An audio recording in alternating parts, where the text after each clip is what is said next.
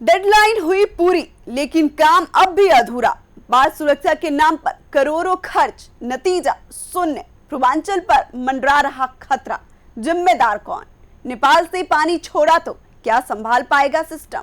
नमस्कार, आप देख रहे हैं यूपी की बात और मैं हूं कोमल तिवारी। पूर्वांचल को हर साल बाढ़ के खतरे से बचाने के लिए सरकार करोड़ों रुपए खर्च करती है। सिंचाई विभाग को भारी भरकम बजट मिलता है, टेंडर जारी होते हैं और बाढ़ सुरक्षा कार्यों की योजनाएं बनाई जाती है। कई महत्वपूर्ण परियोजनाओं की समय सीमा पूरी हो चुकी है, जबकि जमीन पर काम आधा भी नहीं हो पाया। सवाल यह है कि जब समय पर बजट और टेंडर मिल गए तो फिर बाढ़ सुरक्षा के इंतजाम अधूरे क्यों हैं? देखिए।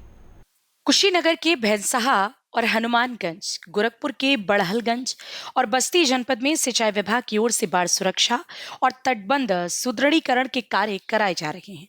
लेकिन हालात ये है कि अधिकांश परियोजनाओं में महज 25 से 30% काम ही पूरा हो सका है, जबकि कई योजनाओं की निर्धारित समय सीमा समाप्त हो चुकी है। स्थानीय स्तर पर कार्यों की रफ्तार बेहद धीमी बताई जा रही है।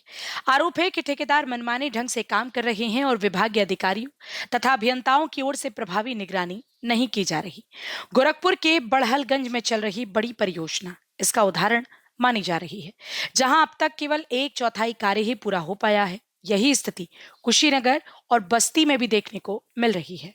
सबसे बड़ा सवाल यह है कि जब ठेकेदारों को समय पर टेंडर आवंटित कर दिए गए थे, तो फिर कार्यों की प्रगति इतनी धीमी क्यों रही?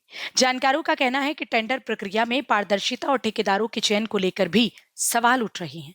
आरोप है कि कई जगहों पर ठेकेदारों के पिछले रिकॉर्ड और क्षमता की अनदेखी कर कार्य आवंटित किए गए, जिसका असर अब जमीनी स्तर पर दिखाई दे रहा है। इस बीच मानसून अपने चरम की ओर बढ़ रहा है। गोरखपुर मंडल से होकर बहने वाली रोहिणी, राप्ती, नारायणी और सरयू जैसी नदियां जल्द ही उफान पर होंगी। यदि नेपाल से बड़े पैमाने पर पानी छोड़ा गया तो अधूरी परियोजनाएं बड़ी समस्या बन सकती हैं।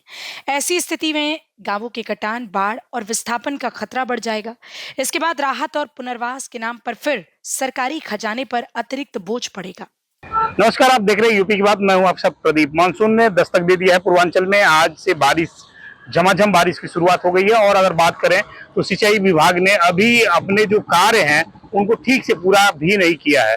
जो डेडलाइन थी वो 21 तारीख थी और आज अगर बात करें तो 22 तारीख है। और ऐसी स्थिति में मैं निरंतर पड़ताल करके तस्वीरों को सामने लेके आ रहा हूँ।